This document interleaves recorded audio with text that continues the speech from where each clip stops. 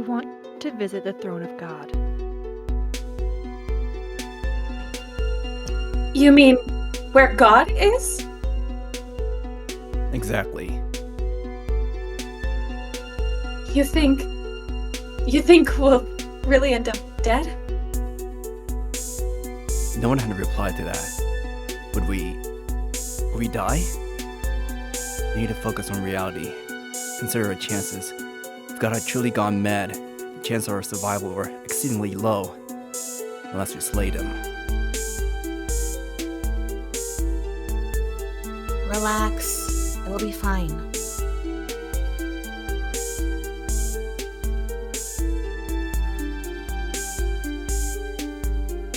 Oh?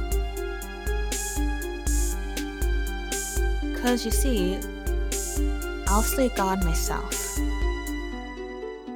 Lilith might have been smiling, yet her gaze was cold as a winter night. Well, I guess if we do die, that's gonna be that, so... yeah. She being overly carefree? Well, maybe not exactly. Sorami's words were both endlessly optimistic and endlessly terrifying. Lilith had overcome her fear through hatred. Sorami, on the other hand, had never appeared to feel anything resembling fear to begin with. As for Raziel, I have God. I need to know exactly who revealed the concept of eternity to him. If he has indeed gone mad, I may not receive an answer. In fact, he may very well view it as threats. But I'm prepared to face that, should it come to pass. prepare for what exactly? To completely erase him from existence. In fact, I'd have to do it. We angels serve as the guardians of mankind. We must never lose sight of that duty. Raziel steeled herself through a sense of duty. All three of them would stand against God, driven by respective convictions.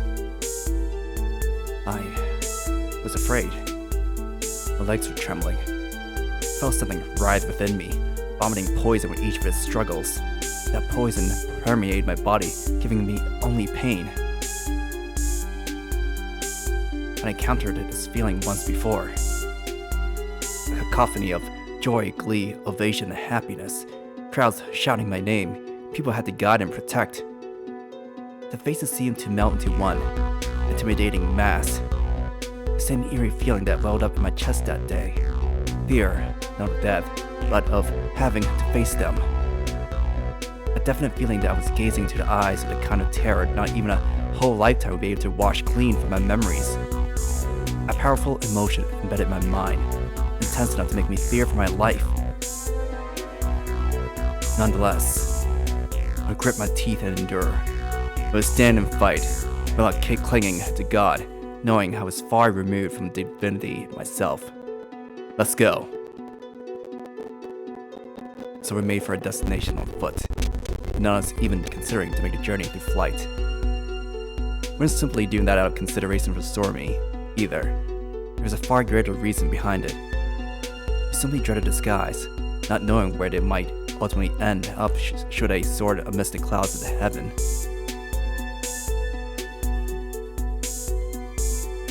And so we walked for 2 hours straight, without as much as a sidelong glance at the desolate landscape stretching out before us, nor did we ever stop to rest, for that matter.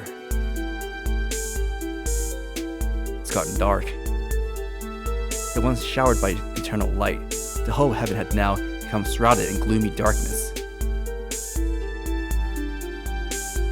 We're almost at the throne. A violent surge of discomfort rushed across my body as we drew closer, akin to my stomach being turned inside out. If I was ready to die, be killed, and endure unimaginable torture, I was not prepared to face a truly terrifying foe whose very existence instilled dread. Even though usually carefree Sorami went pale as chalk, her pace getting slower and slower. I have a really bad feeling about this. Not a soul contested that. Had we truly reached the vicinity of God's throne?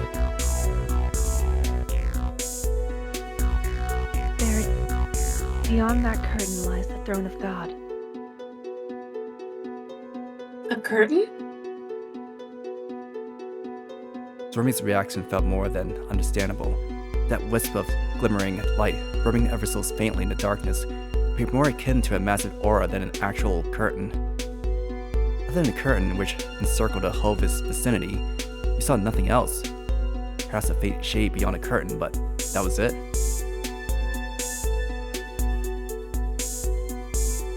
The Lord resides beyond this curtain. But no presence whatsoever, nor did I hear any voices. The Lord could not be perceived with the five senses. My sixth, on the other hand, whispered gently into my ears, letting me know that something unmistakably lurked behind these curtains. I'm doing it. Raziel turned to the three of us as the final act of confirmation. The moment she pulled those curtains apart, the world itself would turn on its head. She needed to confirm whether or not we were ready for that. The demoness had hatred festering in her heart. The mortal girl had curiosity driving her. Finally, the angel felt a profound sense of duty. And I wrestled with a completely different emotion. We all steel ourselves for what was to come once the curtains were pulled aside. Here we go. Raziel took a few steps forward and referred to what lay beyond the towering curtains. I have come to hear thy counsel. When all was password source, I could not tell. Either way, as the words left Raziel's lips, the curtain folded up to make way for us. Rod took a deep breath and focused our attention on what lay beyond. In the end, we beheld. It's empty? Not a soul. The colossal throne of God stood empty, devoid of its master. The empty throne felt ominous somehow, like there was something there. He should not be absent. Did we look for him? Both Raziel, Lilith, and I found our voices gradually trailing off. He was there. I experienced an eerie sort of discomfort, akin to having a snake coil around my spine, or perhaps an oversized slug slithering up my back. Sweat trickled down my forehead in thick beads as my legs wouldn't stop trembling. I was afraid, no doubt about that. No, this can't be. Raziel shook her head in denial. She too was dreading something. I'd never seen her this afraid. She wasn't merely fear struck by the immense might of God. She feared whatever it was that sat upon that throne. We're telling you to show your stupid mug already! Lilith hurled a pair of fireballs forward, letting a clear hit on the throne. However, it remained in pristine condition, much like the curtains. No use, huh? Appears that way. Turned to Sorami, finding it odd how silent she'd been for the past few seconds. Sorami, what a... I could not finish my sentence.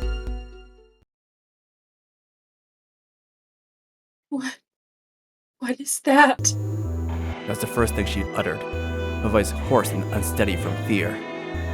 What do you mean, that? What was she seeing? Sorami, pale as a ghost, retreated a few steps, her face contorting violently as she cried out in desperation. What is that thing? Is that God? I can't take this. What in the world is that thing? Sorami! Sorami, stay calm! Can you see him? She shook her head several times, her body never ceasing to tremble. It took me less than a second to realize why. Ethel's eyes, that pair of eyes, set to reveal the true nature of all they'd looked upon, were showing Sorami, and only her, the truth. What are you seeing? Tell us! What's he doing over there? No, please, God, no, I don't want to see it! I don't want to say it! Both Lilith and Raziel immediately hurried to Sorami's side. Sorami, keep it together! Sorami! Beyond disgusting. In the very same moment as Sorami's shriek pierced the air, her vision suddenly cut to black. She collapsed onto the floor, having lost her balance. Are you alright? Sorami held up both hands in front of her eyes, looking thoroughly dumbfounded. I can't see. With tears still rolling down her cheeks, Sorami began to laugh. I can't see! I can't see! Not a thing! She giggled to herself like a mad woman. What in the world could have just happened? Sorami! He's there, isn't he? Yes, he has the throne, right? She simply nodded. Her brain distorted 7 deadly sins, unleashed the flames of wrath. No effect. In a sense, I was sort of expecting it. An illusion? No, can't be. This is way above the level of mere illusions. He exists in a different dimension, another plane, almost like he was isolated from this world. See, Raziel? our Lord is indeed here, no doubt about it. But at the same time, he's not. Looked at Raziel, trying to piece together what she had meant. Until now, even if we angels could perceive God, there had hardly been any occasions where we could see him directly. If anything, God lacks a concrete form. This throne, too, has always been vacant. Yet at the same time, we could see God as sitting upon it. It's a bit difficult to put into words. I was gradually beginning to understand. God was a being who primarily acted by making his voice heard. Other than that, he lacked a physical form. Neither angels nor mortals had ever laid eyes upon him. Yet, he was most certainly there. One could sense, perceive him.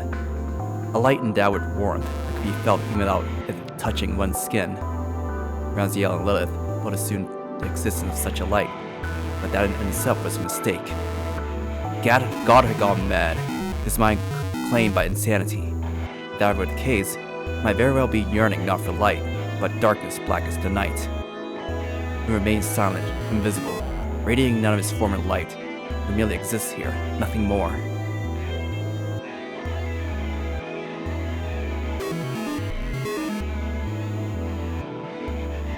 Guys? Are you still there? Are you in pain, Sorami? My eyes hurt a bit. Then again, they were crushed, so that's to be expected. Sorami mustered a feeble smile. With her eyesight gone, she seemed to have been able to calm down to a certain extent. And held at Lilith, she got back on her feet. He's still here, sitting upon that throne. Upon hearing that, we all turned around in unison to glance at the throne.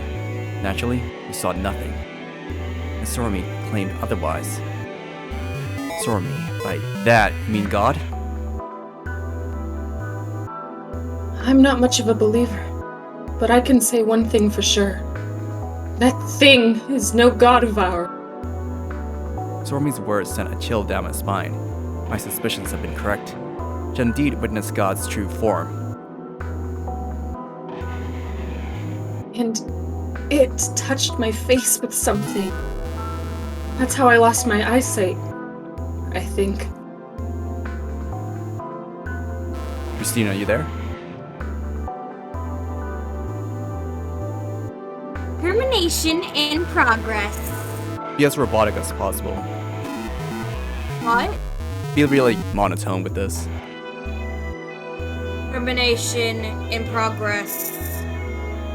We're all frozen in place by the abrupt echo of a voice. Whose voice was that just now? It felt mechanical, artificial.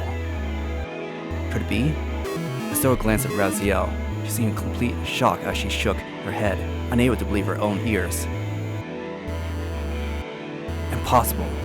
Was that the voice of God? It's that thing's voice, I think. Sorami spoke up again, her voice replete with dread. Felt the same way. Furthermore, I also agree with the suggestion that this voice belonged to none other than God. The lifeless, artificial tone carried a sinister eeriness that felt more than fitting for a being such as God, the kind of voice that shook us to the very core. Only one question remained. The simple yet endlessly difficult question of how one would slay a being who resided on a separate plane of existence. A creature only fools would take up arms against, one that defiled any and all potential interference. Think, Setsuna. Think. Come on, think! I recalled the eyes of Gethel. Kugutsu Sorami's eyes. Sorami, you lost your eyesight, correct?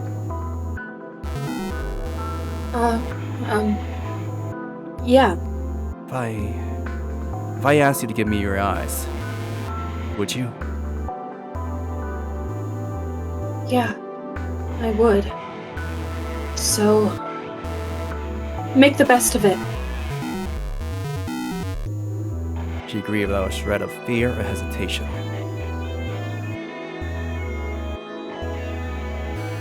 But they've already been blinded. Can you use them? I gently placed a finger on her eyelids. I think I'll manage. I'll give you my eyes in return. You should be able to see with them. With that, I proceeded to extract Sorami's eyes, one after the other, pluck my own eyes, and plop them into Sorami's sockets.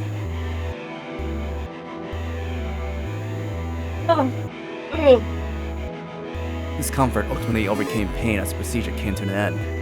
Sorami rubbed her own eyes. Have Lilith and Raziel take a look at them later. It should be fine. Alright then. First need to heal these damaged eyes. Or need to Sorami be a powerless mortal. Had merely been crushed. With the help of magic, I suppressed my body's rejection of the organ as I began to reconnect the optic nerves, exchanging my old eyes for the new. Accompanied by a sensation I could only liken to the turning of a key inside a lock, Gethel's eyes had connected with mine. And through them, all that was hidden would be revealed to me. This was the only method of me being able to perceive the visage of God. Raziel, Lilith, take a few steps back. After taking a deep breath and steeling myself for whatever was to come, I slowly opened my eyelids. As I did, my mind drowned in chaos and confusion. What in the world is this? My voice got stuck in my throat, fat beats of sweat moistening my forehead. Before me was the eerie-looking thing that defying all conventional laws, comprised of twisting, bending shapes and straight forms alike. Calling it an object might be the most appropriate way to describe what I saw then. A being exhibiting a grotesque shape that lacked a face, a neck, a torso, limbs, and even internal organs. A creature defying common sense, its visage devoid of any and all features that could be attributed to a living being. It sat upon the throne of God, a God that we all expected to be humanoid in appearance. Upon closer inspection, I spotted a mountain of corpses, angels and humans alike, tied up on the left side of the throne. Among them was a fresh addition, a mortal created to fit the role of the original man. The man bore a certain level of animosity towards. Though I couldn't place my finger on the exact reason, the emotion in question felt very much akin to hatred. Despite that, not even he deserved a death like this. And another thing, deep down my heart, his death filled me with a powerful surge of emotions. He fought God. He posed the almighty creator he owed his very existence to. No doubt displaying his usual indifference and composure during the battle. The result was not a problem. It was a process that felt important. Raziel, Lilith, why don't you take Sorami and flee, as far away from here as possible. Got it. That's enough. At this point, nothing she could say would convince me. Me to stay wouldn't be much use, considering that I'm the only one capable of seeing him now. Besides, I very much doubt he's open to negotiation. I couldn't even tell the abomination before me possessed the capacity for communication. Don't you die on me. Please. I've done reasonable demand. Very well. I won't, and I'll defeat this thing. was as unreasonable as my reply. We're counting on you. My hatred, Sorami's determination, and Raziel's duty. They're all yours to carry now. Once the three returned to the outside curtain, all with their respective feelings in their hearts. I, Tendo Setsuna, won't let you down. I turned to face the creature, curiously awaiting my next move. There was one ray of hope to be found in this desperate situation, as we the fact that I no longer feared the being in front of me as an unknown, unseen threat. With the mysterious fiend finally having shown its true colors, the end to our struggles would be near. The one and only God, creator of the earth and heavens, architect of the very cosmos, designer of the gargantuan system governing all parallel worlds. Did madness twist him into the shape I beheld now? Had he always been like this? None that mattered any longer. But one mission to carry out. As a representative of angels, demons, immortals alike. As an incarnation of the evil detested by God and his angels. To commit, decide. My name is Tendo Setsuna, one known as Yado Bawa, the false god. I'm here to put an end to you! A declaration of war against God thundered loud in the air. The creature responded with a sound that resembled neither a voice nor a shriek, but a terrible creak of colossal machinery. I held my Pakati sword high, intent on tearing the monster to shreds with a series of sickle-like strikes imbued with the power of air magic. As I swung my blade downwards, unleashed magical wind blades, sharp as steel.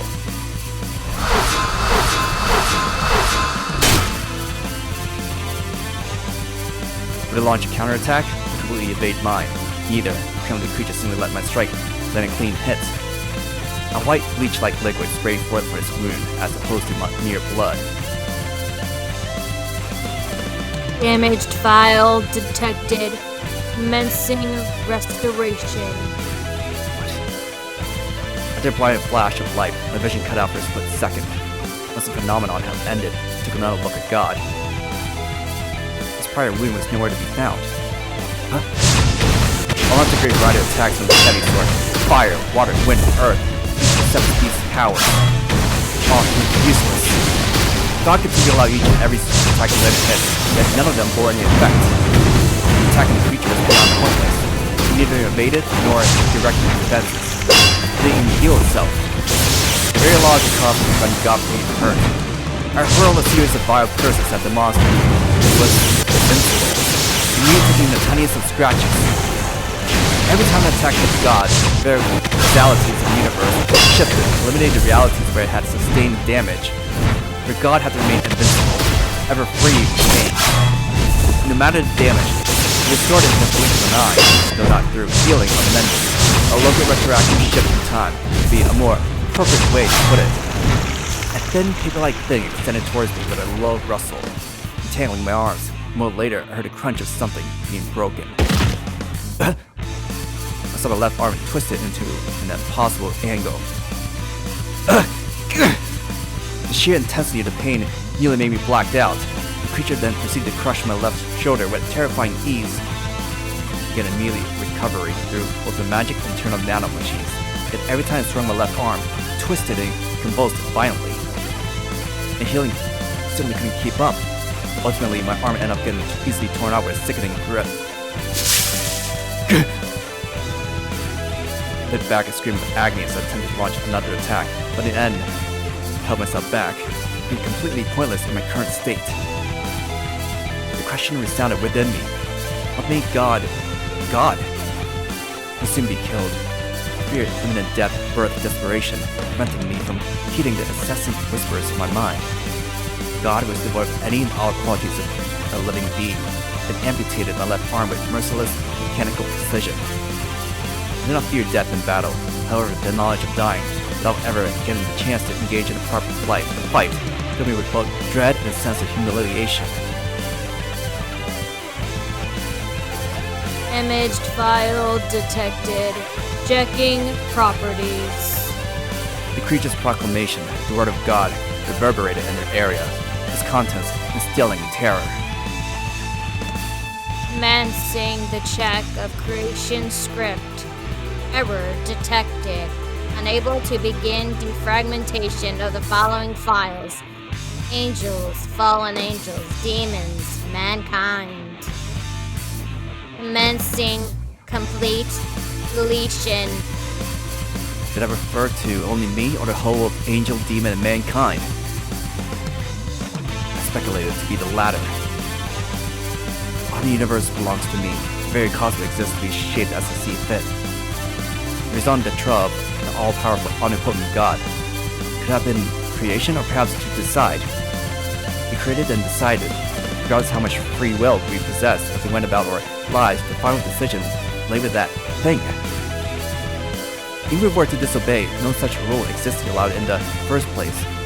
It had never been deemed necessary to exist. The word invincible couldn't even begin to encompass its colossal prowess. The very assumption of fighting it was folly incarnate. One couldn't fight it. The whole of this universe, in all its glory, belonged to God, and God alone. Screw you. Screw you and all your goddamn omnipotence. You open your eyes to the terror of eternity, and that alone caused you to go mad? Piss off. You're trying to tell me that everything that happened had been according to your wishes? Cutting file. Moving folder. The creature once again tightened its grip, entangling itself around my right arm like a set of bandages, intending to tear it right off. I kicked the discarded Piketty sword into the air, hurling at the invisible arm, holding mine in place. The resulting magically imbued strike cut into the invisible appendage, freeing me from its grip, as usual. However, the thing's arm returned to its prior, unharmed state in a blink of an eye.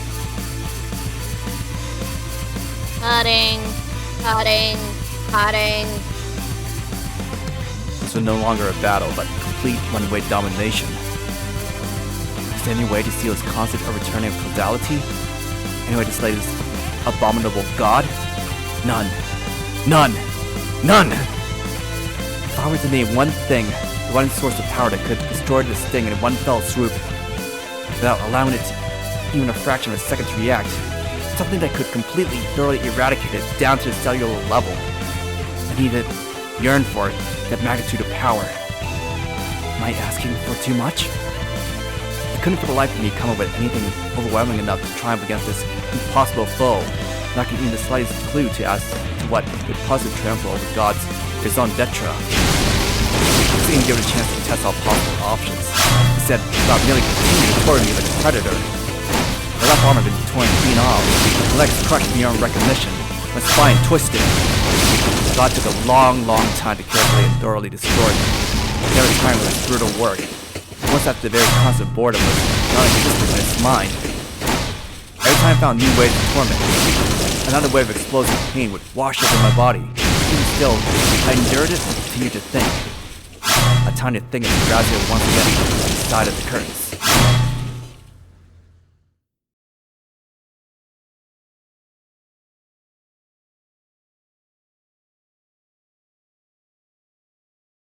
Cristina.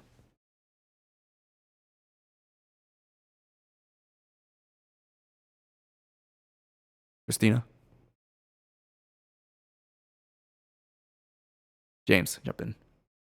Oh, Realized I was on mute. My bad. it's okay. Okay. One entry found. An angel. As I turned my neck to look behind me, I saw the impossible.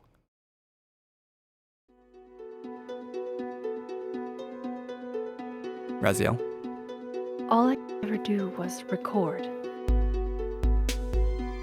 Records came in a multitude of varieties. Records on wars, everyday events, natural disasters, and much more. There existed forbidden records as well.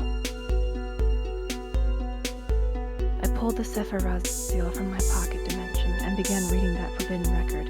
In other words, a record on God. God would never show himself in front of mankind or even the angels. Through his divine word and punishment, God would guide men and angels alike. God was all-knowing and omnipotent. The past, the future, the present, even space and time, yielded to God's will. I gradually began leafing through the pages at a quickened pace. So how would one define the one and only God? A being existing in a dimension different from ours, his true nature the subject of mere speculation at best. He who had transcended all of us, existed far beyond our reach. During the great war on the angels and demons, Lucifer ascended all the way to the throne of God, yet ultimately failed to slay him. Now I knew why. He could not find the means to slaying one who existed on a different plane. Attack, defense, evasion, all meaningless against him.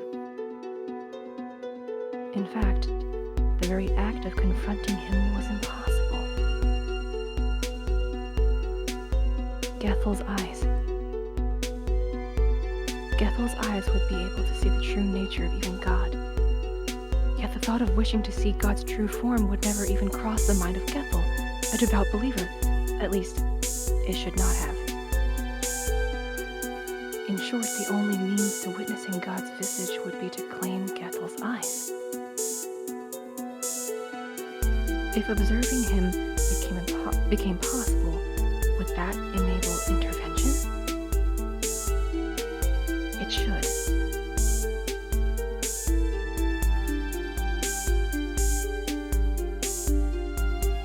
The next page was blank, indicating that the possibility of intervention was unknown.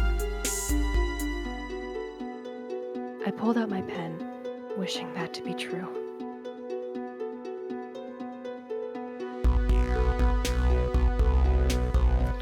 Raziel? The pen in my hand and determination in my heart, I began fervently writing in my book.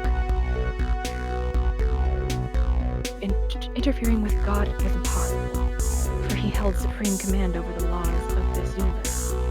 The moment interference occurred, the only way to erase that reality and create one where it didn't.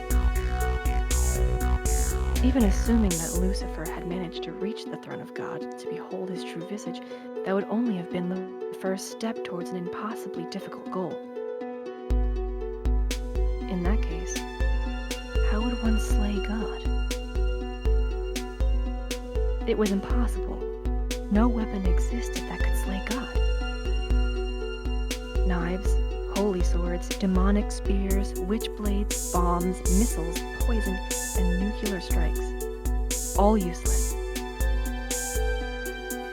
God was not a being meant to be slain. Yet if we were to unleash an all-powerful attack to eradicate God with, he would need to be dragged into our own dimension. And the way to do that... I halted my pen. I was at a loss, unable to figure it out.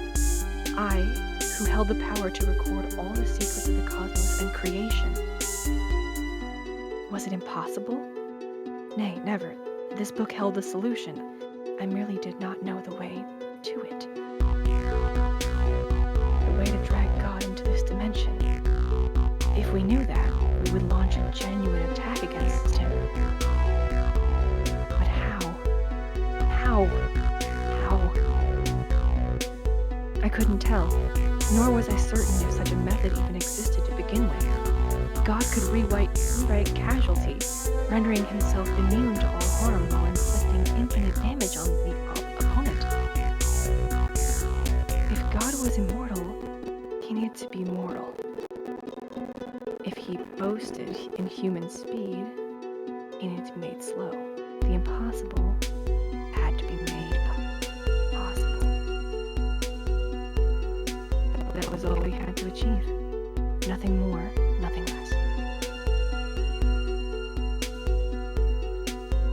The impossible had to be made possible. I see. I had finally understood. Casting an intense gaze at the pages of my book in front of me, I exhaled a long sigh. I was able to reaffirm my very own raison d'etre.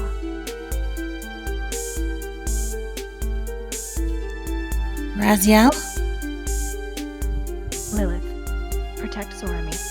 I finally realized that I need to face God. You mean for Setsuna? Yes, for him.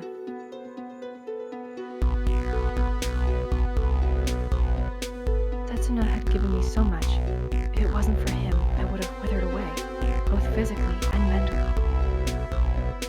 And now, in his absence, I realized how desperately I needed him. Which is why I had to go now, putting my mind and very life on the line. Righto. Run along then. Catch up with your sweetheart. Raziel?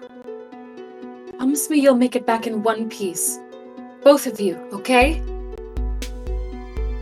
We will. I have no intention of rushing to my own grave. You see, both he and I still have some unfinished business to take care of. In order to live, I would stay and fight. I would thrust myself into the jaws of death, and I would give birth to a miracle. I was ready to cast aside anything and everything to make that happen.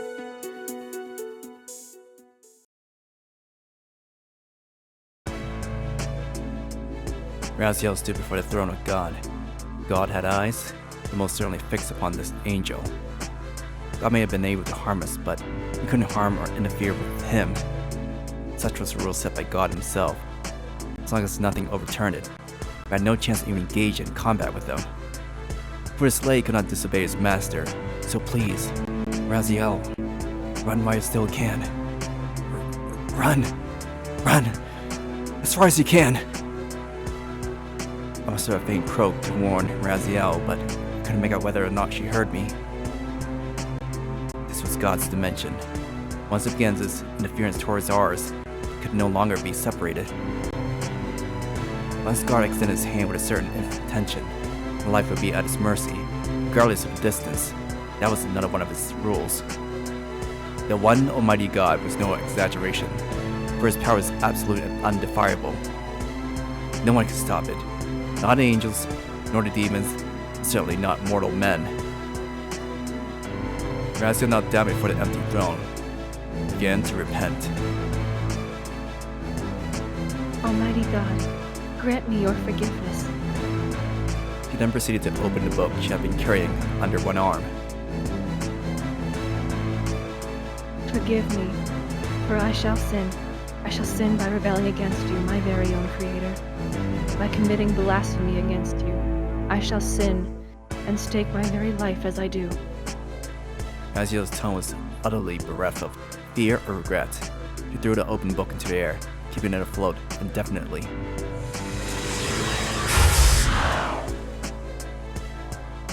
For I have understood and fully comprehended that the only raison d'etre I possess is to record.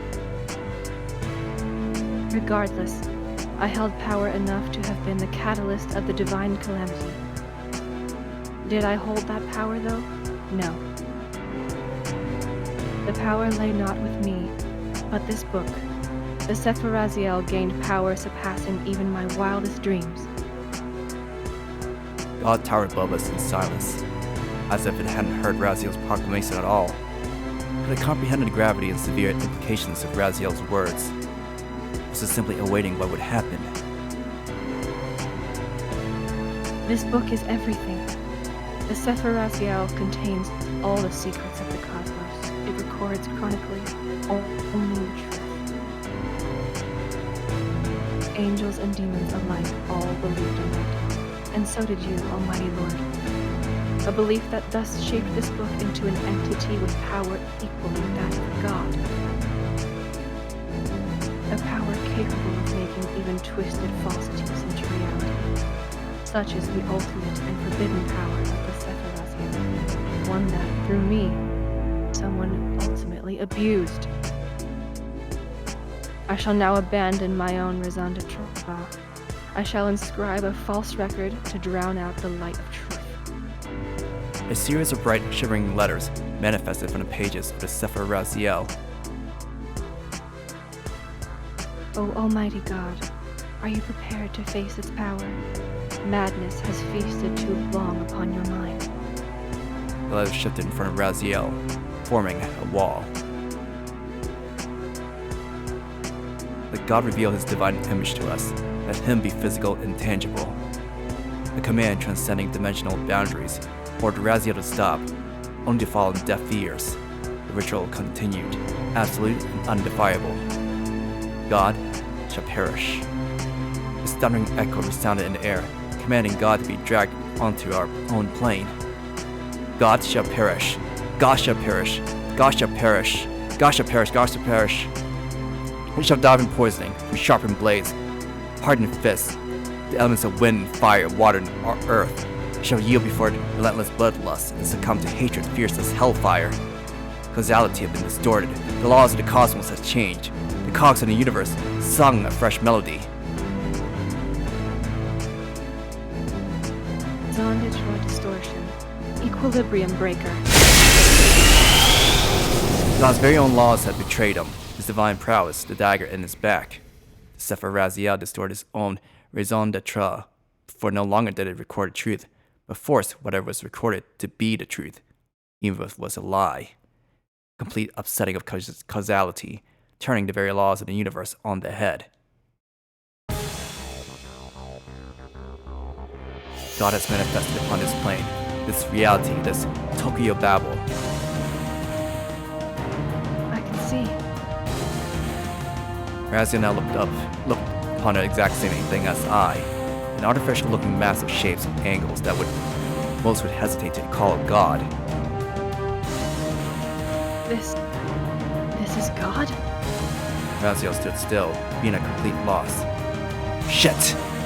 Raziel, dodge! She leapt backwards at my command. A moment later, the very air distorted, accompanied by a sound resembling that of a punctured tire. The very air occupying the space had been eradicated by God. That's enough. Raziel called out to me, her expression just twisted in shock upon seeing what I'd been reduced to. Did I look miserable, pitiful? Yet Raziel merely whispered into my ears, smiling. So glad you're still alive. Indeed, we're still alive. See? Having confirmed that obvious fact, I proceeded to reboot myself. The upsetting of causality, damaging God had now become possible. In short, God had merely become a living being bearing that name. To be harmed, engaged in battle, and even slain. However, God could once again overturn reality by rewriting the records of the book. Slaying God would only remain possible for an exceedingly limited amount of time. Furthermore, the fact that God had now been made possible to kill didn't mean it was any weaker than before. That thing was very much the monster that created the universe. Unless we launched a full frontal attack to completely eradicate it from existence, our fates would be sealed. I decided to postpone the regeneration of my body, as long as I still had legs to walk with and a free arm to use. I don't need much else. Raziel, my sword! Raziel picked up the Piketty sword, lying on the ground, and hurled it at my way. I held its grip firm with one remaining hand, proceeded to slash at Guard's arm. Accompanied by a sharp hiss of steel and a fresh sensation of hitting concrete matter, I sliced the arm right off. The monster's milky blood sprayed into the air as it writhed in protest, almost like it truly was a living being. Flashing a mocking smile, I informed it of what had just transpired. See, this is pain. Mental anguish should be no obstacle for you, correct? At times, overwhelming physical pain can ruin the mind as well. Right now, God savored agony to that extent. A terrifying mechanical shriek shook the air. God had cried out in rage. His voice would have no doubt driven any ordinary man to raving insanity. Yet in his current state, God was neither invisible nor a being transcending causality. suddenly possessed power and endurance far surpassing ours, but at the end of the day, is now just another monster. We're still God. However, he can now be harmed physically, perceived with the naked eye, destroyed, and killed. My steel flew without hesitation, impaling what looked like the creature's amputated arm thing. Fury! Azure flames danced into view, reducing the arm to ashes. Which is why it can be burned and reduced to ashes, like this. Because you're alive.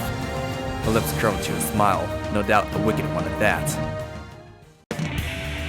By the name of Yadabaoth, the false god, I vow to grind you into dust. Prepare yourself! With those words, the curtains have risen on the insane battle waged by the one-armed false god and the monstrous creator. Ah! I roar with passion, pushing my vocal cords to the very limits as I summon the beast of gluttony to strike God down. God's shriek pierced the air like creaks of old machinery, distorting the very air in my vicinity. This very fiendish attack that made it lack precision, but would gradually crush the whole area affected. In addition, the strike in itself was merely a feint to God, not to nothing more complex than a boxer's jab.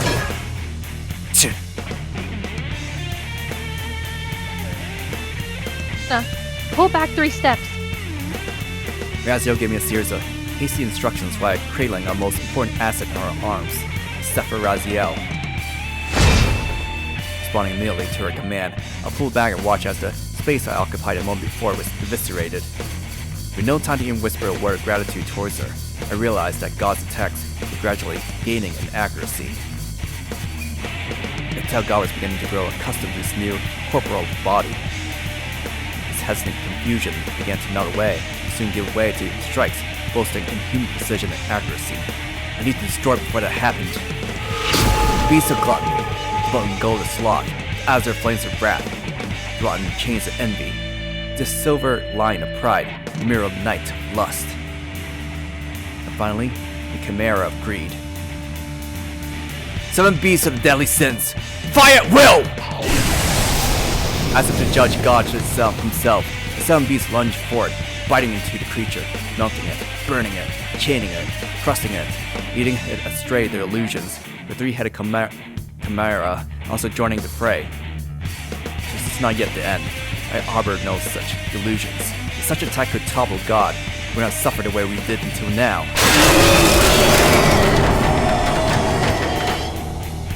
7 beasts each found themselves bucking beneath God's might, roaring in agonies as they perished in the blink of an eye.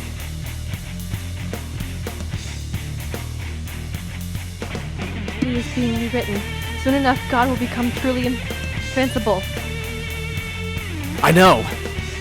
Though I had yet to completely discern God's abilities, I had no choice but to do this. I thrust my one remaining arm to the air, wielding the invisible key that would open the gates to the colossal kingdom of steel the moment I proclaimed my own raison d'etre to the world at large. And so, I pushed those gates open. I summon you, universal machine, guardian spirit of time!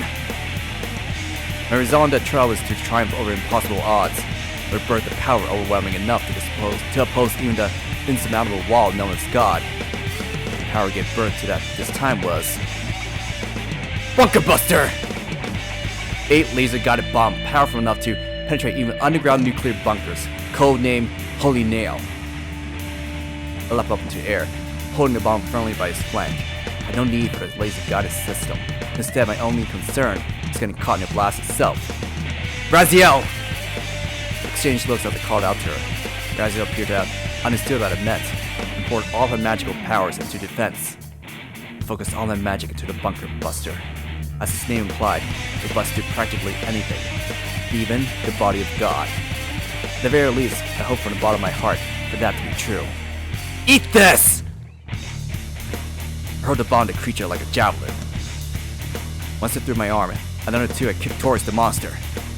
The bomb with enough explosive power to rip apart even a meter-thick concrete wall, now amplified through my magic.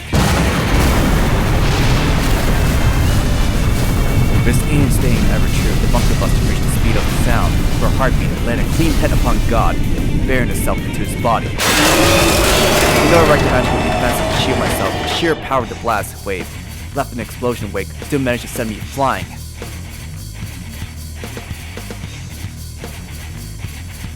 That's enough. Raziel wasted no time to catch and caught me. God's colossal throne and a curtain surrounding it had been reduced to a heap of rubble.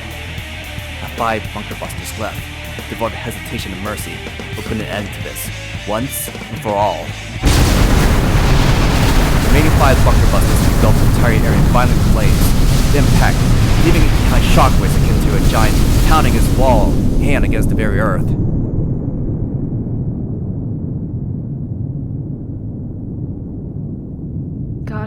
Has God fallen? Certainly hope so. I just threw it his way, unleashed enough destructive power to eradicate it down to the very last atom. That alone wasn't enough. The already fearsome bunker busters were each amplified to magic. But suppose that still wasn't enough to slay God. What then? A terrible premonition of mine. God damn it. True. The skies took on an ever darker hue. An arm reached out from beneath a heap of debris. Leaking white blood from several wounds, God towered above us, once again. Had suffered severe damage, with several of his parts blown clean off. One was unable to tell whether his entire body was covered in burns or severe bruises and cuts. Even still, it still existed. As long as it still moved, it would be capable of erasing all existence. God's thunderous cry pierced the air, his creak resembling the howl of a madman. Attempted to change the rules we had established.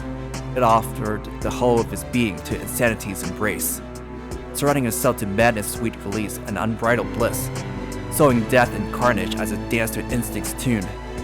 Such was the true, intended nature of heaven. Was that still not enough?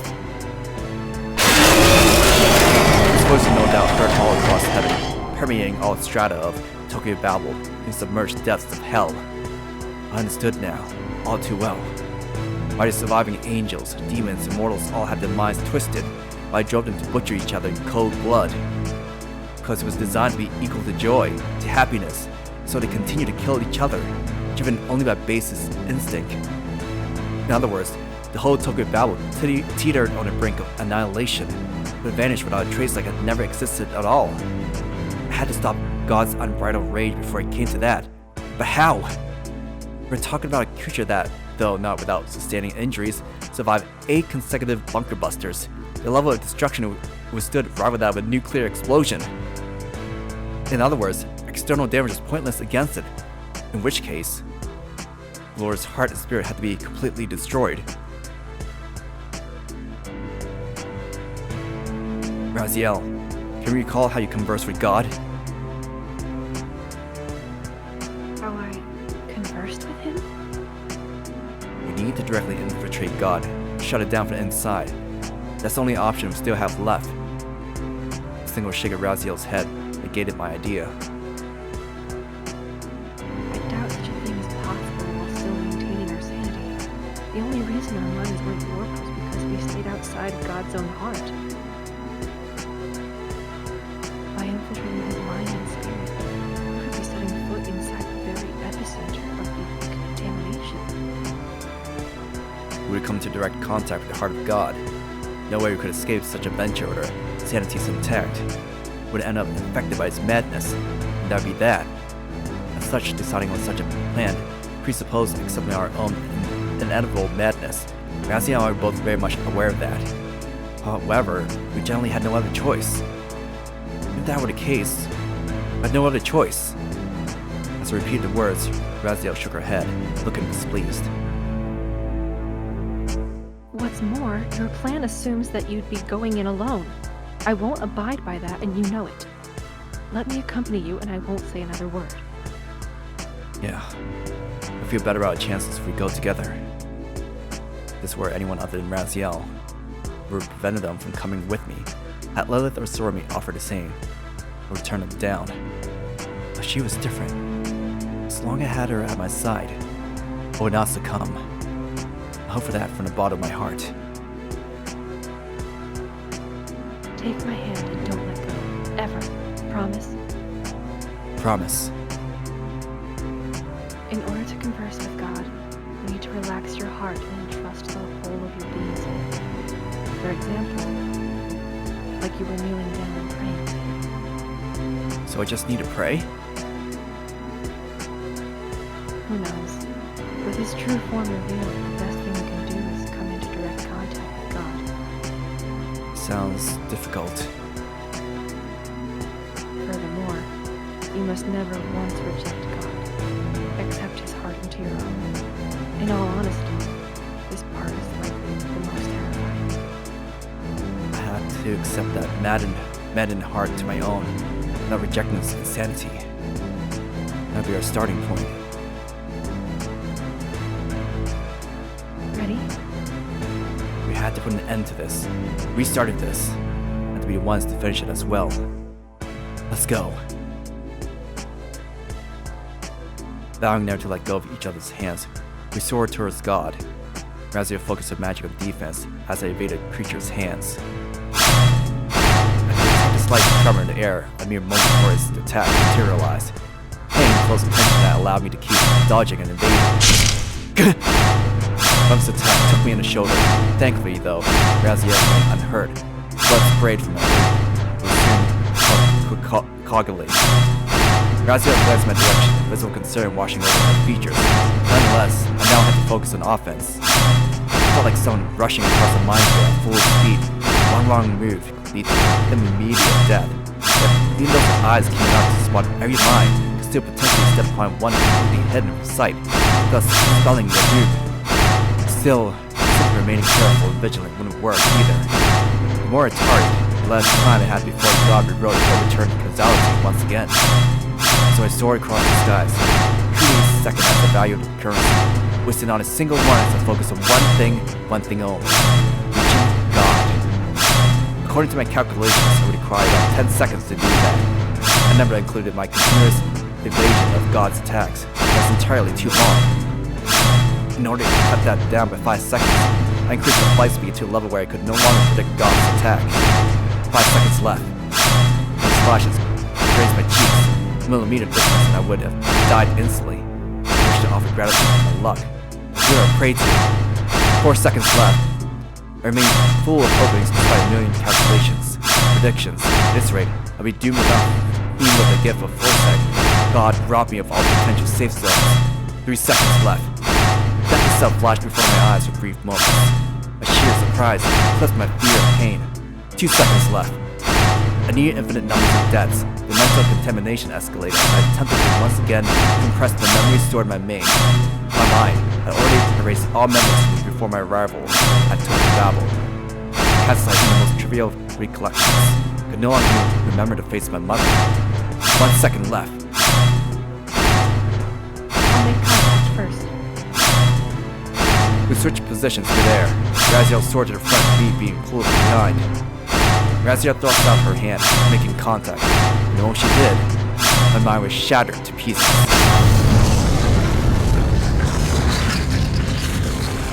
Or rather, something attempted to do so. Pitch black insanity mingling with white, divine rapture glittering like the stars, a vital release of fecal matter and vomit, every drop's ambrosia incarnate. I drowned in pure ecstasy, joy, and bliss. I cried tears of gratitude for having been able to reach this divine sanctum, waters muddy and dark as midnight, engulfing me in baptism. I felt the contamination take hold of me as madness gnawed at my mind, ravaging it to its very core. Out of my fucking way! I brushed it all off. The armor had lost sent sharp signals of pain to my brain. Phantom pain, as they called it. The sensation helped maintain my conscious mind, though only by a thread. I parted most of my memories. Only the brief time I had spent with Raziel was burning ever so vividly in my mind still. I squeezed her hand. Was she mine? The warmth of her touch was the only thing keeping me sane as we sailed across this ocean of madness. Let's go. Put an end to this, once and for all. Agreed. With that, plunged deep into the heart of God. the innermost depths of God, the heart and mind of the divine creator. Long ago used to be a region of purity without a single speck of taint, one of kind, truly. Were to manifest as a world of its own, might have been the universe's only true paradise. However, with madness having claimed dominion here, God's mind was no more than a hellish landscape, barren and desolate.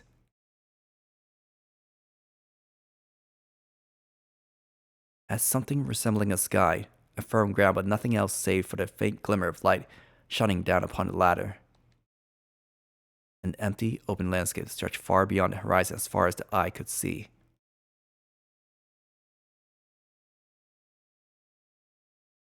Cristina, go for it. What kind of voice? I'll just leave it up to you to decide. Okay. Harmony. God's voice filled my ears. Order. The voice rang with composure, intelligence, had a slightly childlike edge to it.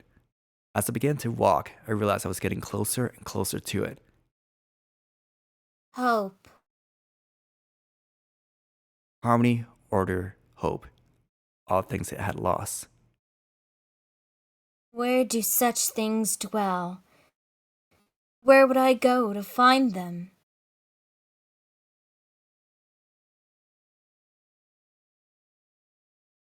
A lone figure stood in the middle of this endless realm, a shade or perhaps a silhouette of light, vaguely humanoid in shape.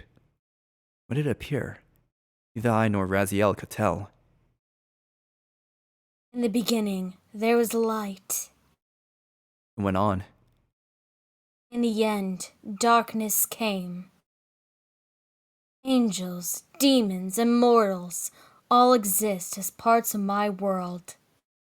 We're most likely looking at God's heart, manifestation of his current mental state.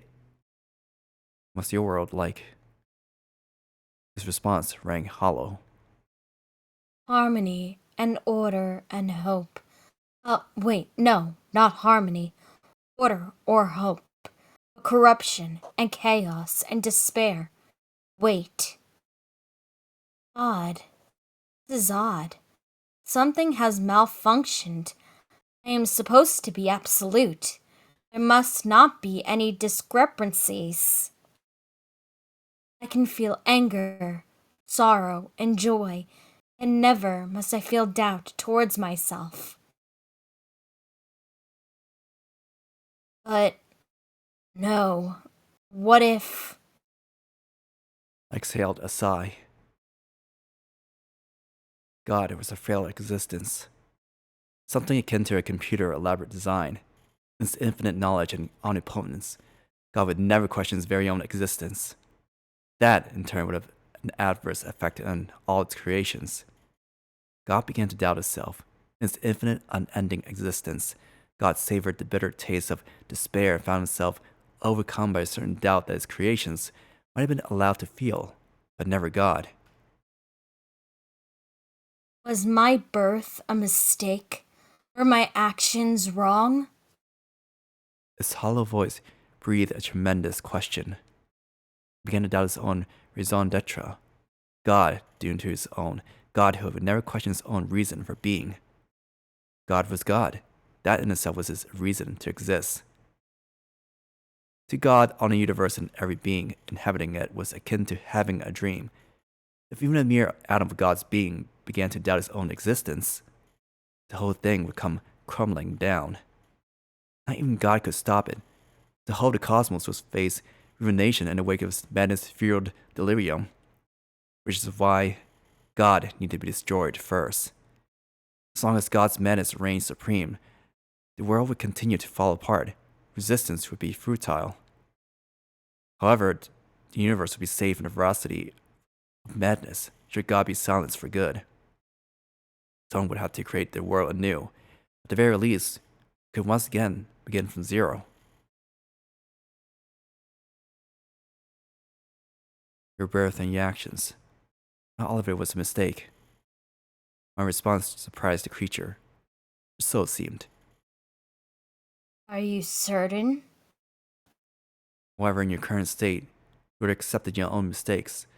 As long as he continued to exist, the world is doomed. Even as we spoke, parallel worlds continued to perish one by one. I see. You propose I cease to exist in my current state. One else inhabit this world? Only you? Thing shook his head in denial, pointing straight towards a certain area. You will find another me beyond that point. One consumed by despair, a wretched existence. Thank you. I may disappear. My other half, my other self shall remain. They will both reject and chasten you. Why?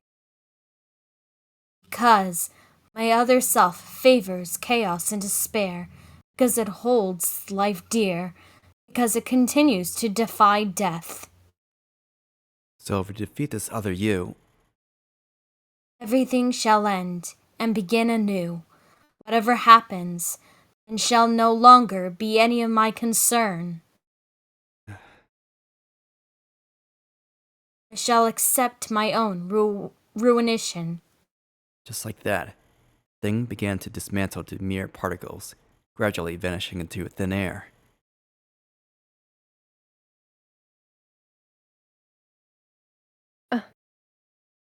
Raziel knelt down to pray. The creature extended a half-vanished arm to touch her gently on the cheeks.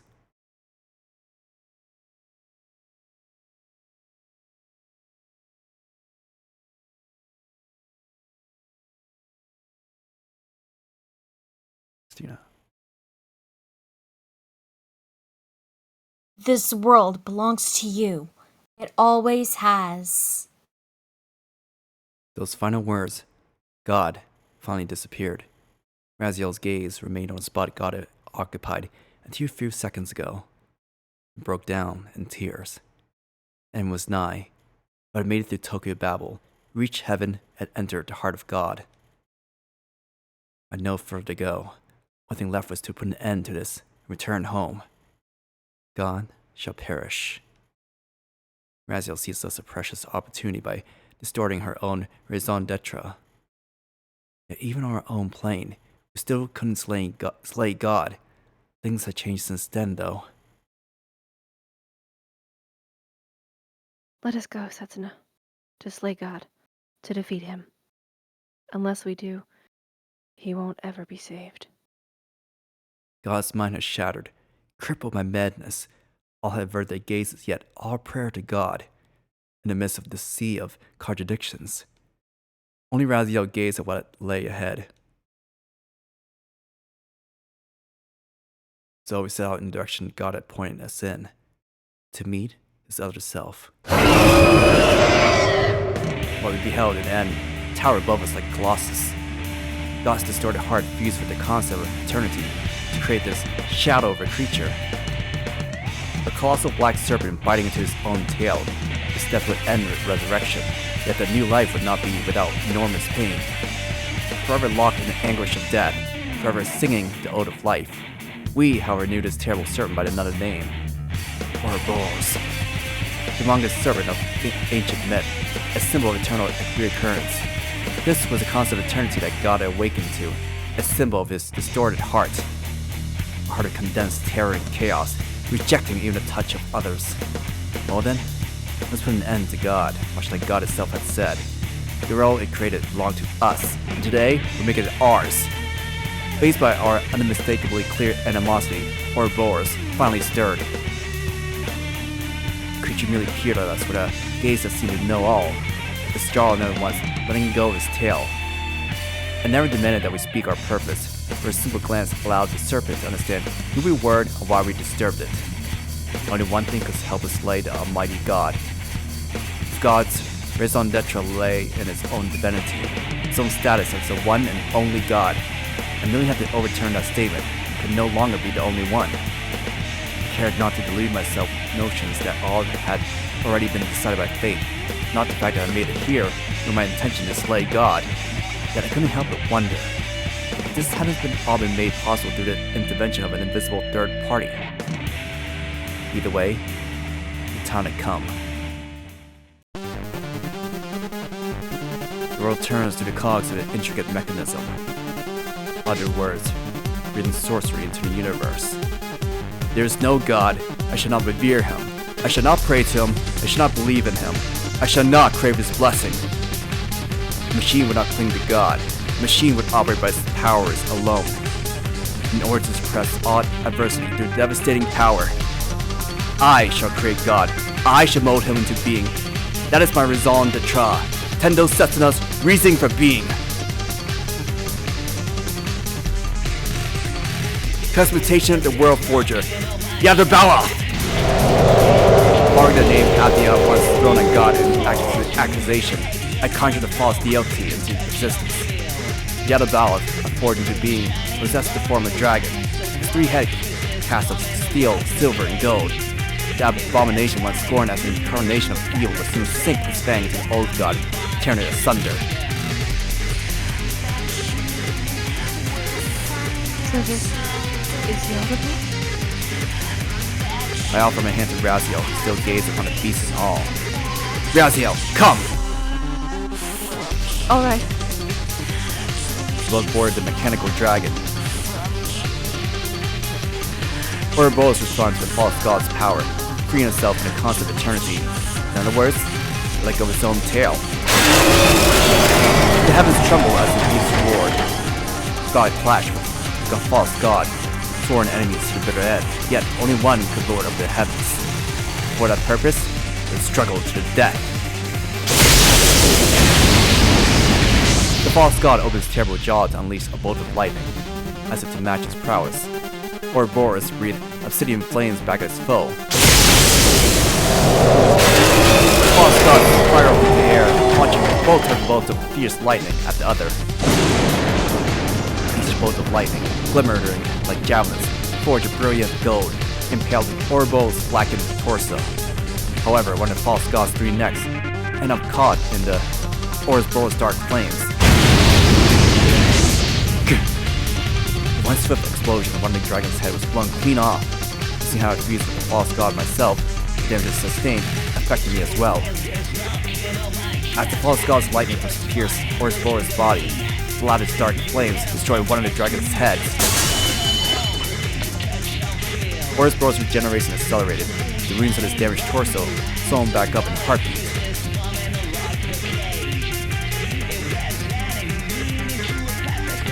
The overturned causality is about to be repaired. We must hurry. I need to find a way before it happens. Both remaining heads of the dragon lunged at Ouroboros, sinking their teeth into his body. The massive serpent, in turn, releases dark flames once more, this time aiming for Raziel. Killing Raziel will allow it to return to now distorted causality to how it used to be. Over my dead body! I tapped to all my latent strength, pushing my body, which was already exhausted from summoning Yadabawa, to the utmost limit. I wasn't completely powerless, of course. However, up until now, I only relied on power that I could conjure up with my own will. This time, things would be different. It was not entirely unlike tearing off my own arm to be used as sustenance. It could not be regenerated, and wound would gradually plummet, be closer and closer to death. However, to think he would only lead to the same conclusion. Having come up with that logical conclusion, I couldn't help but feel paralyzed by the dread of loss. I was prepared to forge the final weapon at my disposal. I searched the whole of that steel kingdom for a weapon that could outmatch the serpent's dark flames. A magical gun would be no use. The same went for a divine blade. Not even demonic sword could help, I feared. A shield. As the Aegis, capable of repelling all evil, all calamities. Still, I feel like I was missing something. The Sibian flames of chaos and despair incarnate. A visible manifestation of the mental contamination I endured up to now. The mind acted as a guidepost for people to endure despair and defy chaos. In other words, this is it. The sacred treasure fit to clear away those flames of darkness, a symbol of redemption coveted by millions. I shall summon that which brought hope to mankind, the Holy Cross. Enormous cross towered in front of me, blocking the flames like a shield. However, in a mere second, it was corrupted and destroyed. Just like that, I was robbed of all my power. Victory or defeat aside, I've been reduced to a new, never before seen me, thoroughly powerless, without strength.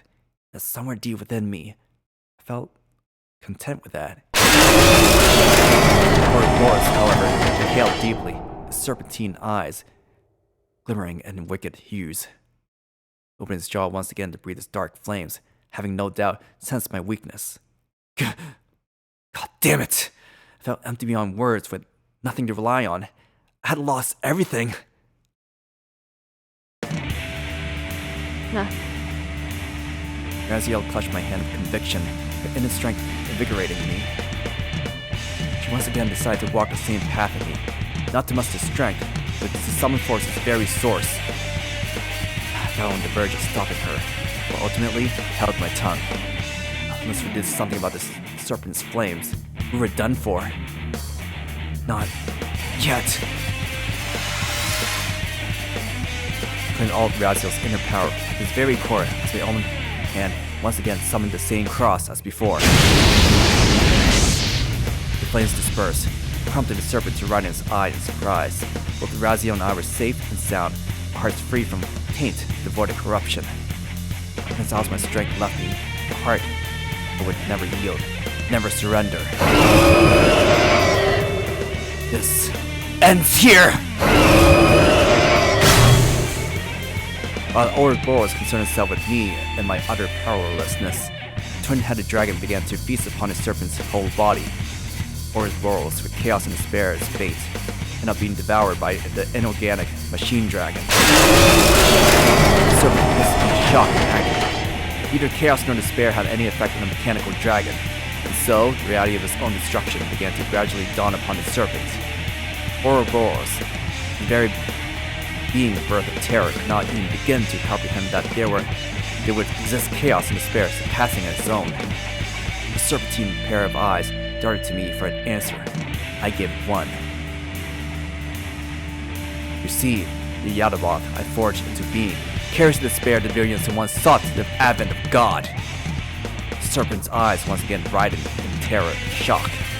A single word of mine spelled the doom of billions. I once again relived that terrible moment, savoring its agony. Although my memories had all been erased, the sheer volume of terror and contempt of that day permeated deep into my mind, my body and soul fusing with it. It now faced the terror felt by newborn babies, the hatred of men and women, young and old alike, the despair and contempt birthed from the hearts of countless eras, countless people.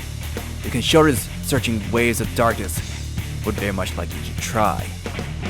The accepting heart of the one and only God, the Almighty Lord, might have been able to save them, for they sought and yearned for Him. However, God had perished, and even I, the invitation forced into His role, cast them aside. The terror and contempt of those with no hope left was more than enough to devour Ouroboros whole. Terror and contempt could indeed work as powerful weapons, tools of destruction. Keep hatred and hatred even fiercer, terror with even blacker despair.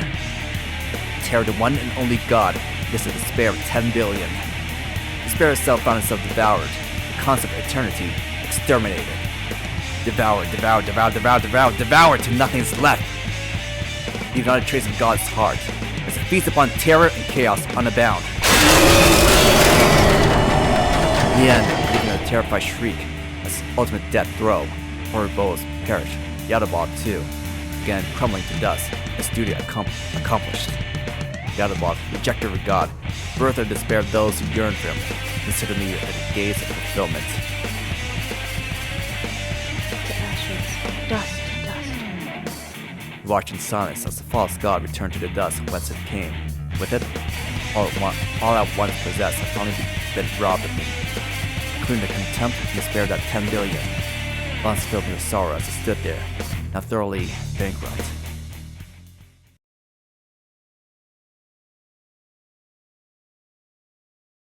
That's Raziel gave a warm smile as the very air around us began to shift and tremble. Our minds were being transported back into reality. For that, though, I had something to ask her. What am I wrong about? You live as your own man. There's nothing else you need to do. That's more than enough.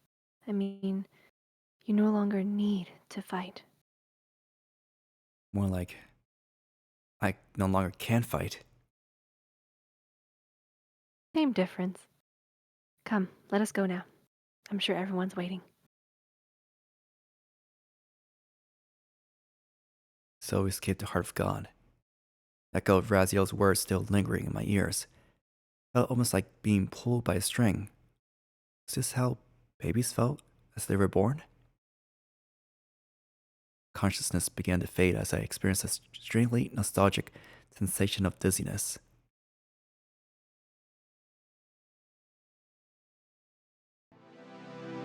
Eyelids fluttered open. The first thing I saw was Raziel's face, close to mine. Both of us were lying on the ground near the throne of God.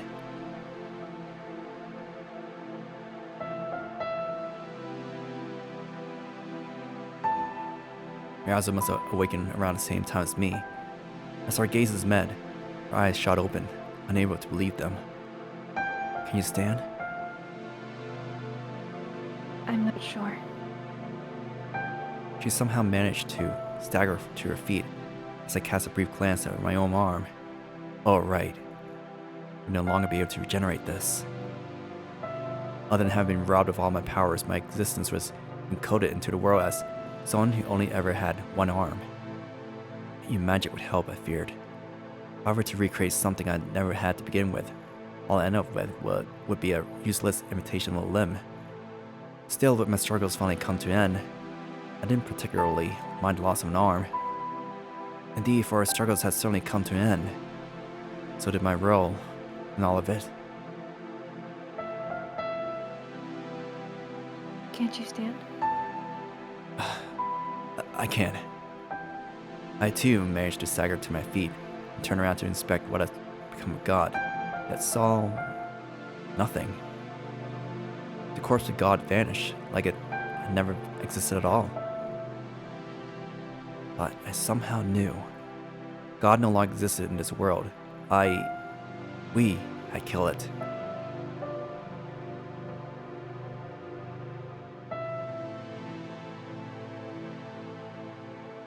Look, the sky. Cast my gaze at skies above. This once gloomy canvas now cleared up, showered by gentle rays of light.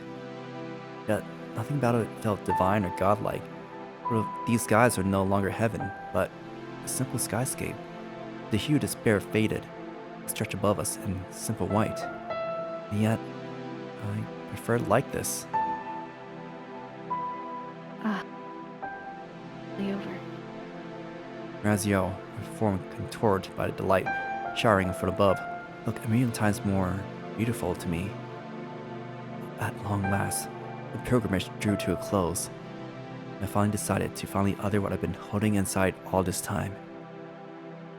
Raziel, I might have already told you, but my life is tremendously short. I felt the appropriate price to pay for possessing powers far surpassing that of average mortal. My body had been pushed beyond its limits all this time. I know. I might die tomorrow or 10 days from now. It'll be as long as a month, but it won't last more than a year at best. Even you still feel you can love me, despite all of that, I can proudly claim to have been the happiest man alive. If that doesn't bother you, then I would like to stay by my side. I would like you to stay by my side to my death. Be there for me during my final days. Azria cocked her head to the side, seemingly puzzled by what she just heard.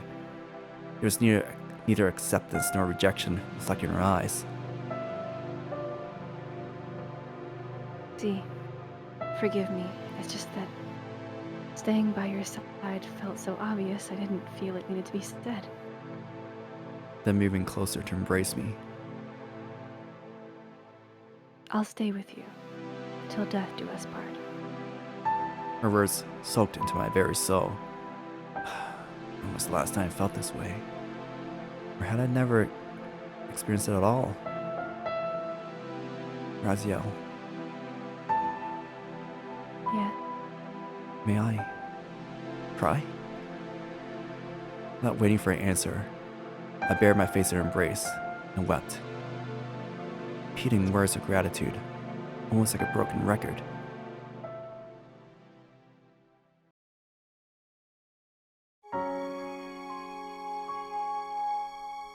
In short, I was at peace. I never thought transience could be the source of such bliss, that living in a moment that could fill me with so much warmth.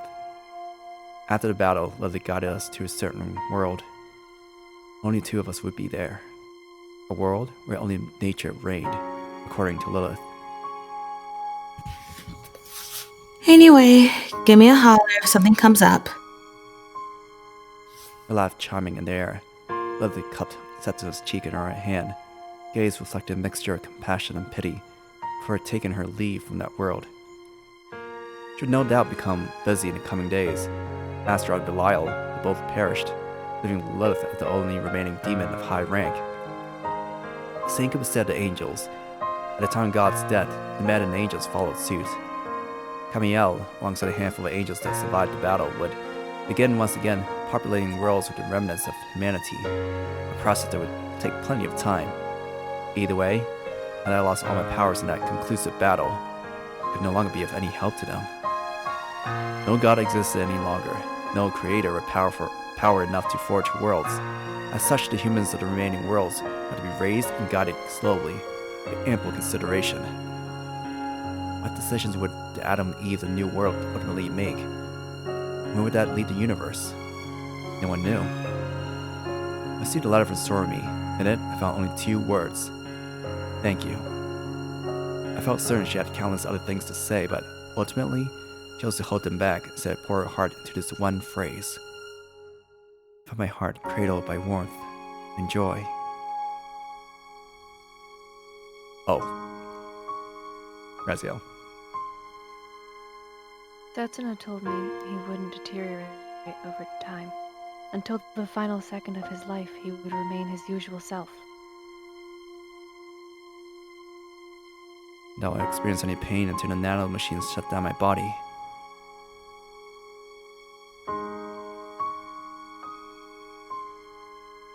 I spent my time reading, looking desperately for any piece of knowledge that could save him. I searched and searched, yet found nothing that could spare the life of Tandor Setsuna, a man built by a very particular and unique mind.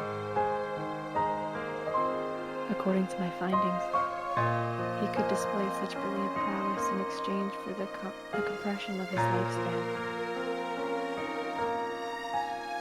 He would soon die.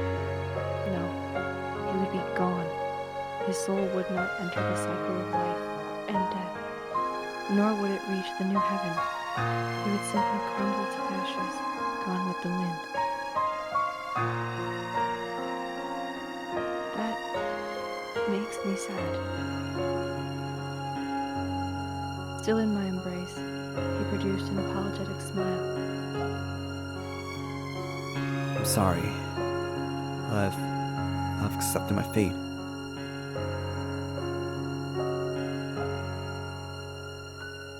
The one who never once gave up.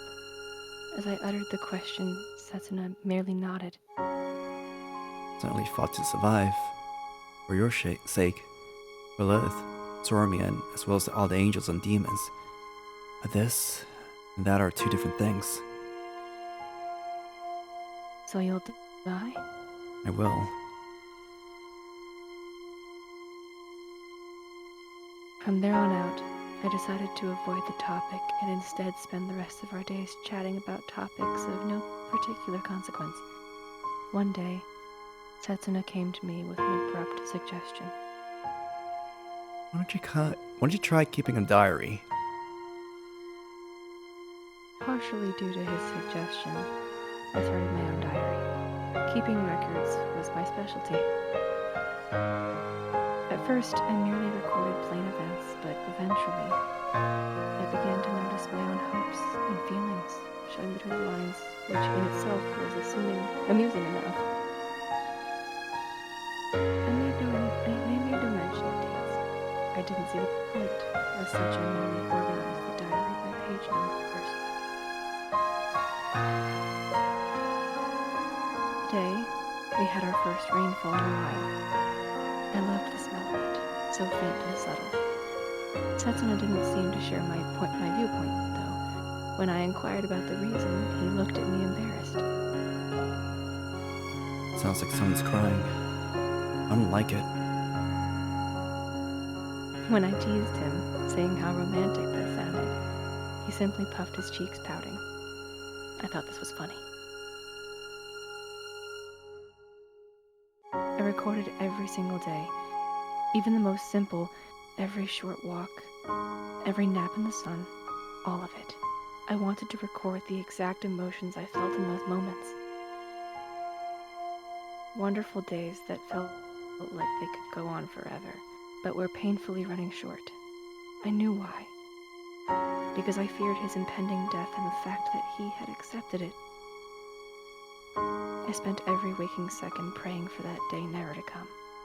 Setsuna never once mentioned exactly when he would die, yet somehow I ever so vaguely felt that the hour was near. And so, one day, shortly after lunch, I approached him with a question. Setsuna, is there anything you'd like to do? It can be anything. As long as it's within my power, I'll do it for you. Well, I'd like to see attack ships on fire off the shoulder of Orion. And I'd like to watch sea beams glitter in the dark near the Tannhauser Gate. Been beautiful sights to behold, things no man had ever seen. But it was one wish I couldn't grant. I mean, it was fiction. Come on, be serious. Noting my displeasure, Setsuna flashed a bitter smile as he apologized. Perhaps he genuinely wanted to see them. He might have truly wished to travel there, to the vast beyond of space, far from Earth. I've done all I've wanted to. I mean, you mean saving someone? Yeah, I always wanted to save another. I was born to grant mankind hope, yet drove into the pit of despair. Before my life expired, I wanted to clear those regrets by helping someone. He smiled, giving my hair a brief ruffle. Thank you. I owe this all to you. I have no more regrets. Knowing he spoke the truth made my heart sink. Please, don't leave me. Setsuna shook his head, sadness and the weight of a lifetime written on his shoulders. Forgive me. I generally didn't expect things to end up like this, and for that, I'm sorry. You don't need to apologize. I was only being selfish. Please, don't go. Stay with me. I'm begging you. I understand. Trust me, I do.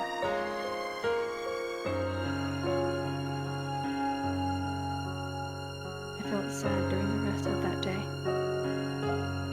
I loved him from the bottom of my heart. My feelings for him never waned, no matter how many days had passed. I wish this would go on forever.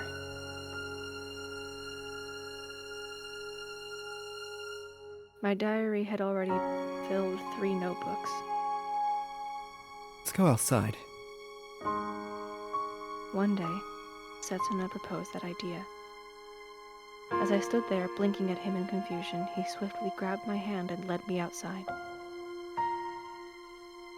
But it's going to rain soon. Oh, we'll be fine. Don't worry. There was a palpable cheer in his voice, the kind I'd never heard from him, yet one that felt all too fitting for his age. In the end, we got caught in the rain. It ended up as quite the downpour. Told you it was going to rain. Sorry. We hurried onwards, each puddle splish-splashing under our feet. I was certain we'd be soaking wet by the time we got back home. Let's take a break under that tree. All right. We'd be dripping wet either way, but I figured finding shelter from the rain in a tree was not an experience one could live through every day. This would be going straight into my diary, too. Either way, after a short walk, we reached the tree. The relentless rain reduced visibility and kept pouring down from the skies, producing a sharp hiss as it struck the foliage above. At the very least, I felt I should do something about my drenched clothes, especially before Setsuna realized that my underwear were showing through. Turn the other way for a second. Just do it. I placed some emphasis on the words and forced him to turn around, then carefully removed my clothes, squeezing the excess water from it. It was still sticky and moist all over the tiles, but it moved to for the time being. I'm done. Okay. We huddled close together under the crown of the tree as I carried on, my gaze never leaving the pouring rain. The rain alone makes the scenery seem like we're on an alien planet. Yeah, you're right. As if we're a different world. We looked upon the ashen skies above, heard the pouring rain as its flattened drops splashed against the ground. The air cooled down, yet not once did I feel cold. People's eyes are like drops of rain.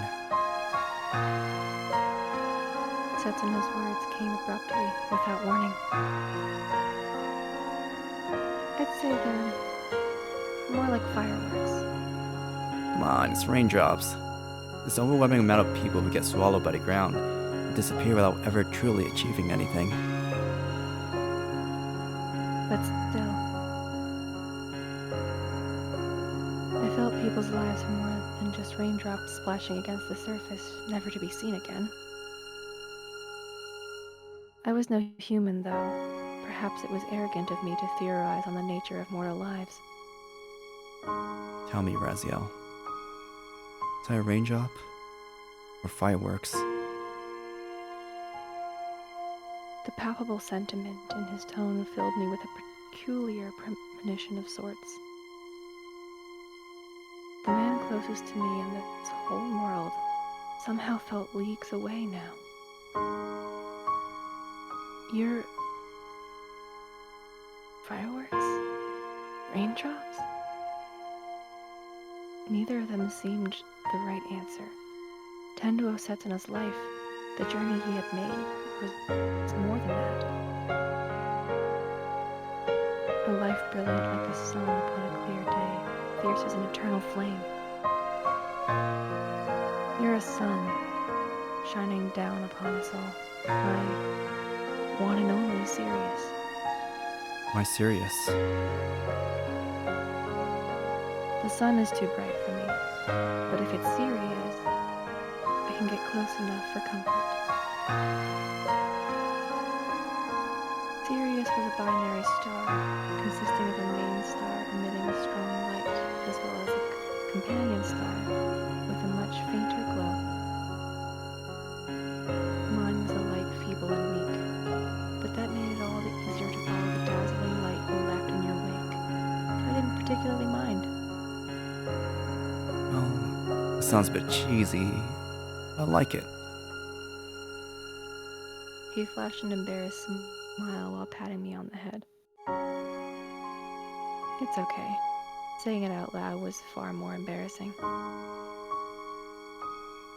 I smiled. Even I found the idea of him being a star just a tad too over-romanticized. My cheeks must have been flushed bright red, too. Raziel, Yes? I'll have to rely on a cliche expression, but I want to be roundabout with this, so I'll just say it. Say what? That I'm glad I met you. I see.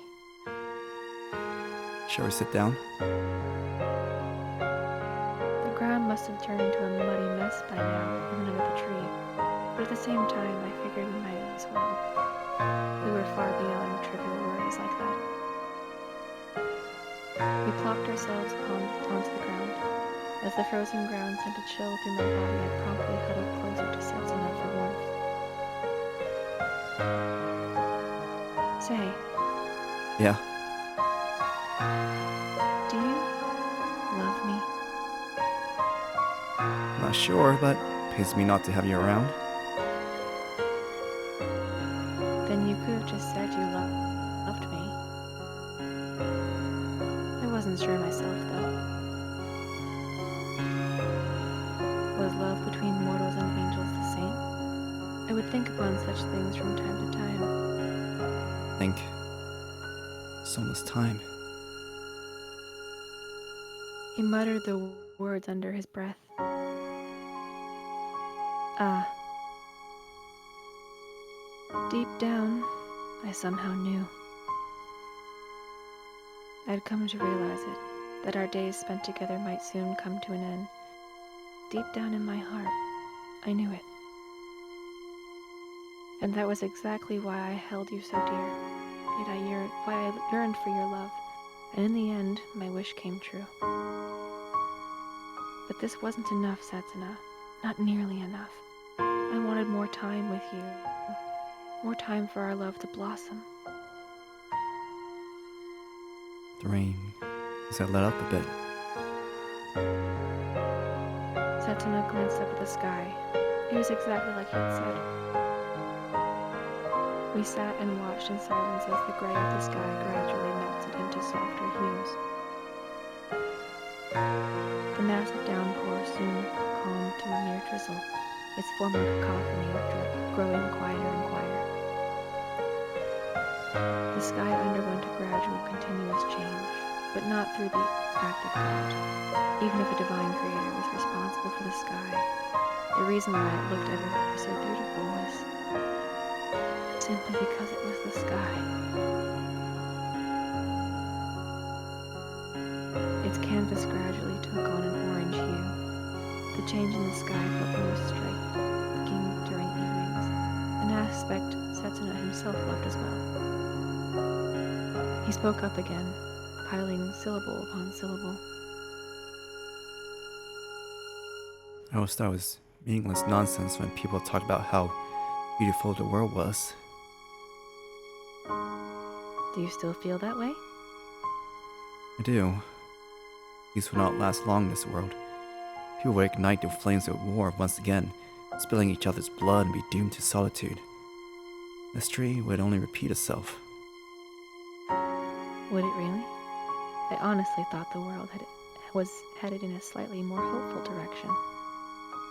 As I gaze up the sky, I do find it beautiful. But that doesn't mean the whole world is. I see. Even the world was wretched beyond words. A place where men massacre each other without end. And now know that people all strive to do the right thing, to walk the right path. I felt warmth from his tone. Those mortals, angels, and demons who strive for that ideal are beautiful. They truly are. In a world remains tainted, the light shines through the darkness. I agree. My life has truly been one colossal series of mistakes. But the truth I realized in the end was by no means one such mistake. That's what I believe, what I hope for. I'm sure you're right. Let's see. That's relief. Exhaled a long, long sigh. He closed his eyes, appearing almost like he had simply dozed off. He passed on, devoid of pain, free from terror. he died a calm, peaceful death, one so befitting of him. But that wouldn't soothe my aching soul. Losing him filled me with grief. The thought of never hearing his voice again, a dagger in my heart. But that wouldn't be how I leave him. I cast aside sorrow and tears and offered him the following words, half knowing he would never hear them. Rest well, Setsuna, and thank you for everything. I gave his shoulder a light tap.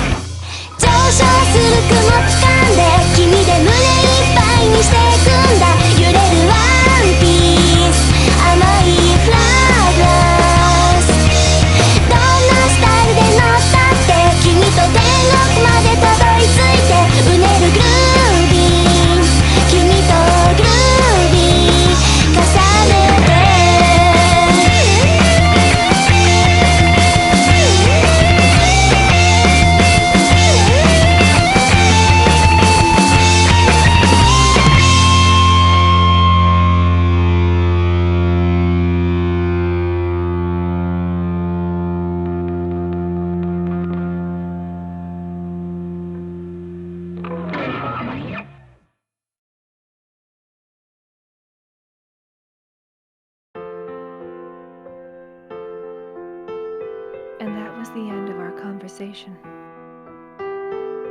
After confirming that he was gone, I gave him a proper burial.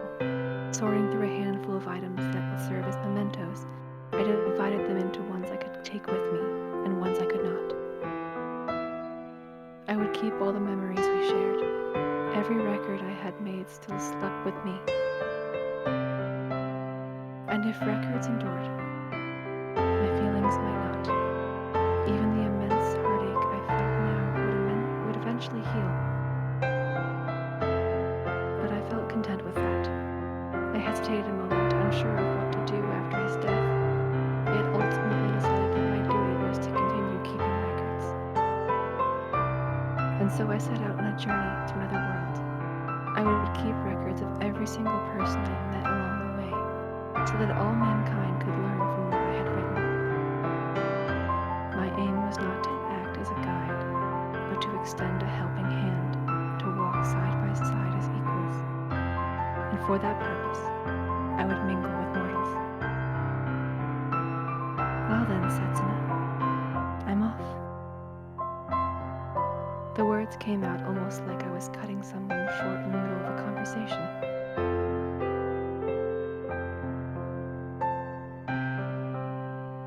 There once lived a man called Tendua Setsuna.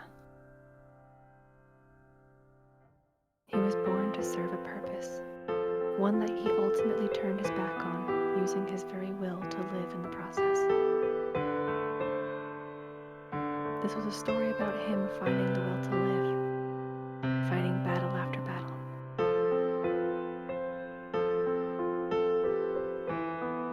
Should the tale of Tendua Setsuna, my tale,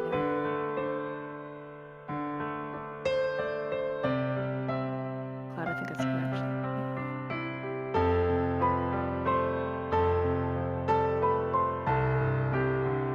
Wait, what was that? That's you, actually. Oh. Should a tale Tendo Setsuna, my tale, end happily or in tears? Not even I had the answer to that. I left free from regrets, none one fraught with them. Both lived within me, both existed as feelings I felt were right. Emotions couldn't be divided to ones and zeros, black and white. Man's heart was ever painted in gray, ever wandering in the gap between 1 and 0.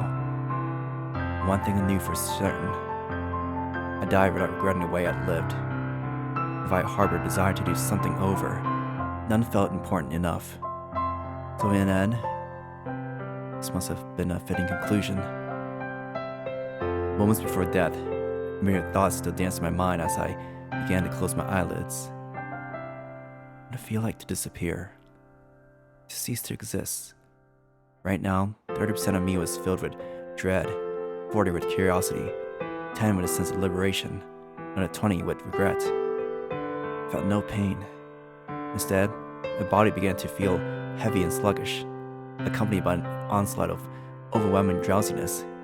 And in my heart, I knew that the moment I dozed off, I would never again wake. I felt so sleepy. At the same time, though, it had been a while since I was left alone with my thoughts. However, I had but one thing on my mind, only one thing important enough to fill my thoughts. Raziel. Tall and exuding an aura of confidence, yet at the same time, a bit of a crybaby and prone to spacing out. I loved her from the bottom of my heart. Leaving her behind was the single greatest regret in my life. Moments before my eyelids fluttered shut, I had a vision, perhaps a glimpse into the future. I believed it to be the latter, I hoped, prayed for that to be the case. Or the future I looked upon.